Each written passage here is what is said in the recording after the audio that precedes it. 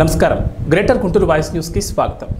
గుంటూరులో పశ్చిమ అసెంబ్లీ స్థానంలో అత్యంత ఆసక్తికర పరిణామం జరిగింది. గుంటూరు పశ్చిమ స్థానానికి నామినేషన్ వేసేందుకు విడుదల రజని అనే మహిళ ప్రయత్నించింది. అయితే తన భార్య విడుదల రజనిని నామినేషన్ దాఖలు చేయకుండా కొందరు వ్యక్తులు అపహరించారంటూ యేసుభక్త నగర్ చెందిన అను రాఘవరావు అనే వ్యక్తి నగరంపాలెం పోలీసులకు ఫిర్యాదు చేశాడు. తన భార్యను కారులో తీసుకెళ్లారని రాఘవరావు ఆరోపించాడు. దీనిపై న్యాయవాది శోభారాణి స్పందించారు. నామినేషన్ వేయకుండా ఓ మహిళను అడ్డుకోవడం దారుణమని పేర్కొన్నారు. వైసీపీ నేతలు పోలీసులు సాక్షిగా విడుదల రజని అనే మహిళను ఎత్తుకెళ్లారని ఆమె ఆరోపించారు. నామినేషన్కి వెళ్తున్న వారిని అపహరించిన వెంటనే ఆగ్రహం వ్యక్తం చేశారు. అపహరణకు గురైన మహిళను తక్షణమే ఆమె భర్త వద్దకు చేర్చాలని న్యాయవాది శోభారాణి డిమాండ్ చేశారు. పోలీసులు వైసీపీకి అనుకూలంగా వ్యవహరిస్తున్నారని ఆమె ఆరోపించారు.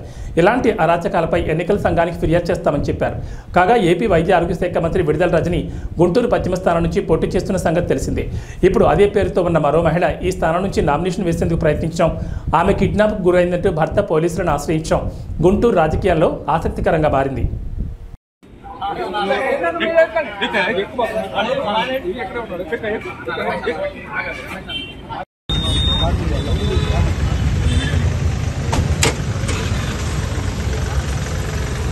బాబు ఇంటికాను అడిగలుగుతున్నావు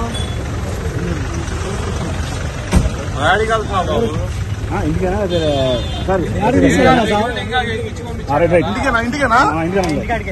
ఇంతకు అమ్మాయిని కూడా అలాగే అనొచ్చు కదా సార్. నేను